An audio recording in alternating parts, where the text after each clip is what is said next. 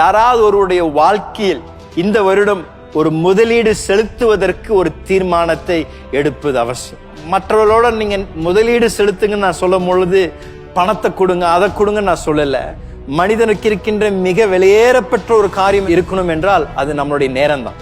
இந்த நேரத்தை மற்றவர்களோடு செலவு செய்வது பலருக்கு அது அவங்க வாழ்க்கையில மிக தேவையான ஒரு காரியமா இருக்கு.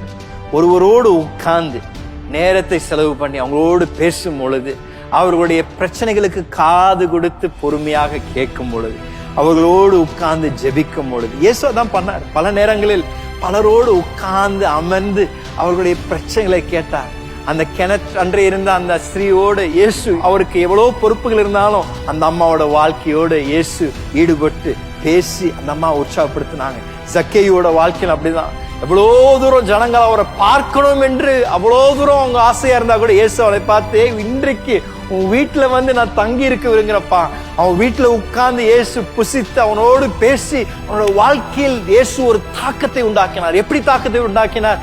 அந்த நேரத்தை முதலீடு செலுத்தினார். இந்த வருடம் உங்களை பார்த்து நான் தான் சொல்றேன், ஐயா இவ்வளோ விசுவாசிகளோட வாழ்க்கையில அந்த ஒருவர் அவங்களோடு கூட வந்து அவங்களை உற்சாகப்படுத்துவதற்கு யார் இல்லையா என்று ஏங்கிக் கொண்டிருக்கின்றார். இந்த வருடம் நீங்க பார்த்து ஜெபிக்கின்ற ஜெபம், ஆண்டவரே எனக்கு மற்றவர்களுடைய வாழ்க்கையை கட்டி எழுப்ப உற்சாகப்படுத்த எனக்கு வாய்ப்புகளை திறந்து தாங்க. ஆண்டவரே மற்றவர்களோடு அவங்களுடைய விசுவாசத்தை கட்டி எழுப்ப எனக்கு வாய்ப்புகளை தாங்க. பலர் இன்னும் விசுவாசத்தில் இன்னும் வளராமல், இன்னும் சத்தியத்தை இன்னும் அறிந்து கொள்ள வேண்டிய நிறைய பேர் இருக்கிறாங்க. அவங்களுக்கு இன்னும் சத்தியங்களை நீங்கள் போதிக்கலாம். இன்னும் ஆண்டவர் குறித்து இன்னும் நல்லா அவங்களுக்கு நீங்க இன்னும் விவரமாக அவங்களோட நீங்க பேசலாம்.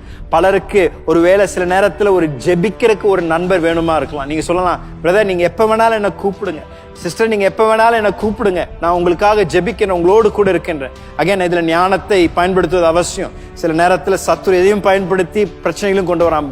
பிரதர்ஸோட நேரத்தை செலவு பண்ணுவது அவசியம், சிஸ்டர்ஸோட நேரத்தை செலவு பண்ணுவது அவசியம். ஆனால் நம்மளுடைய நோக்கம் என்னவென்றால், நேரத்தின் முதலீடுகளை செலுத்தி நாம் ஒருவரை இந்த வருடம் தேவனுக்குள்ளாக உன்னம் பலப்படுத்துவதற்கு நம்மை அர்ப்பணிப்பது அவசியம்.